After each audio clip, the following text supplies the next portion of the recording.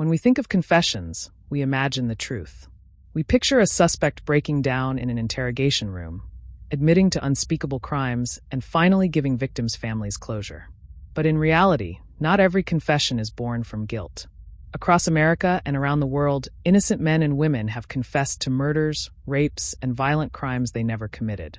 Some were young and vulnerable, others exhausted after hours of pressure, and some manipulated into believing confession was their only way out.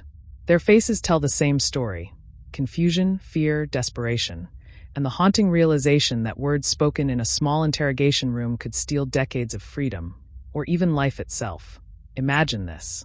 A woman is murdered in a small town. Police, under pressure to solve the case, bring in a suspect, someone who looks nervous, who is nearby, who doesn't have a perfect alibi. Hours pass in the interrogation room. Questions become accusations. Accusations become certainty. Just admit it, detectives say. We already know you did it. Exhausted, terrified, maybe even tricked into thinking confession will set them free, the suspect breaks. They sign their name under a typed statement, confessing to a crime they never committed. This has happened countless times. Real names fill the record books. The Central Park Five, 5 teenagers who falsely confessed to a brutal attack in New York City in 1989. They spent years in prison before DNA cleared them. Henry Lee Lucas, who confessed to hundreds of murders he never committed, confusing investigators for years. The Norfolk Four, U.S. Navy sailors coerced into admitting to a crime that DNA later proved they didn't commit. Each case left behind shattered lives, ruined reputations, and victims' families still waiting for true justice. Why would anyone admit to murder if they didn't do it? The answer lies in the psychology of interrogation. Police use tactics designed to break resistance.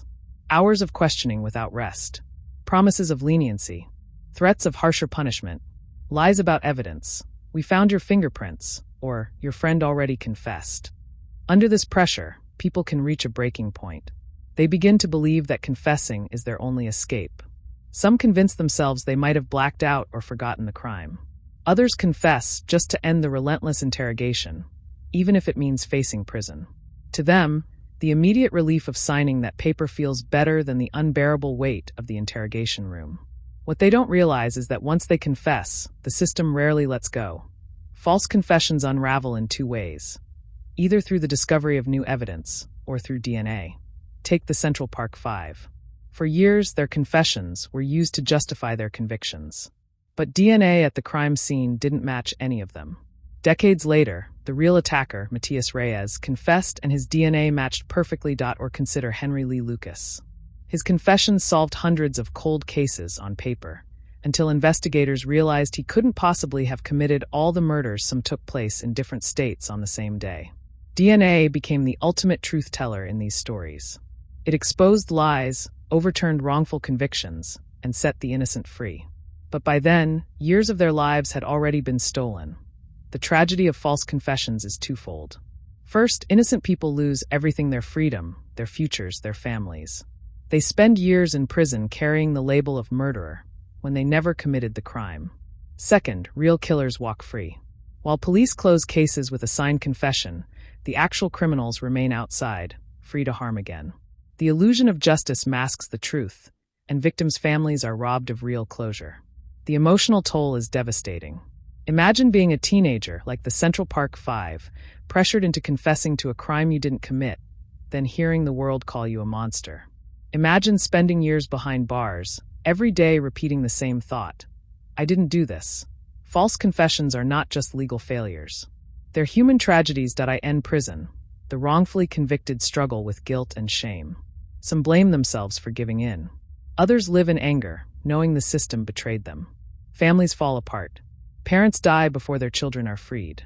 Entire lives are stolen by a few hours in an interrogation room. And when freedom does finally come, it's bittersweet. The exonerated leave prison older, traumatized, often broke, with the world having moved on without them. Their names may be cleared, but the scars remain. Every time a confession makes headlines, we ask, did they really do it?